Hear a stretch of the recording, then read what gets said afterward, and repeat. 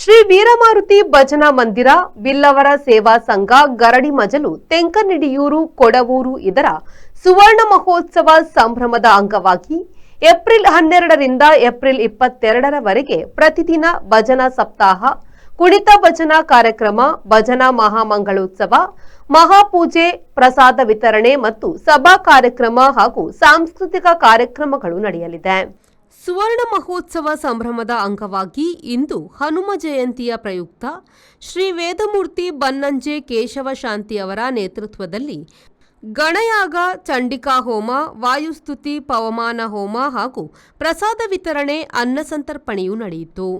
ಈ ಧಾರ್ಮಿಕ ಕಾರ್ಯಕ್ರಮದಲ್ಲಿ ಸುವರ್ಣ ಸಮಿತಿಯ ಅಧ್ಯಕ್ಷ ದೇವದಾಸ್ ಸುವರ್ಣ, ಆಡಳಿತ ಮಂಡಳಿಯ ಗೌರವಾಧ್ಯಕ್ಷರಾದ ರಾಘು ಕೋಟ್ಯಾನ್, ಆಡಳಿತ ಮಂಡಳಿಯ ಅಧ್ಯಕ್ಷರಾದ ಜಯಕುಮಾರ್ ಬೆಳ್ಕಳೆ, ಸುವರ್ಣ ಸಮಿತಿ ಕಾರ್ಯದರ್ಶಿ ಭಾಸ್ಕರ ಪಾಲನ್, ಗೌರವ ಸಲಹೆಗಾರರಾದ ಗೋಪಾಲ ಪೂಜಾರಿ, ಜಯಕರ, ಸದಾಶಿವ ಬೈಲಕೆರೆ, ರವಿಕುಮಾರ್, ವಿಶ್ವನಾಥ್ ಮೈಂದನ್, ಉದಯಕುಮಾರ್, ರಮೇಶ್ ಕೋಟ್ಯಾನ್, ಸದಾನಂದ ಪೂಜಾರಿ, ದಯಾನಂದ ಪೂಜಾರಿ, ಸಂಜೀವ ಪೂಜಾರಿ ಹಾಗೂ ಮಹಿಳಾ ಘಟಕದ ಅಧ್ಯಕ್ಷರಾದ ಯಶೋಧ ಕರುಣಾಕರ ಮತ್ತು ಆಡಳಿತ ಮಂಡಳಿಯ ಸರ್ವ ಸದಸ್ಯರುಗಳು ಉಪಸ್ಥಿತರಿದ್ದರು.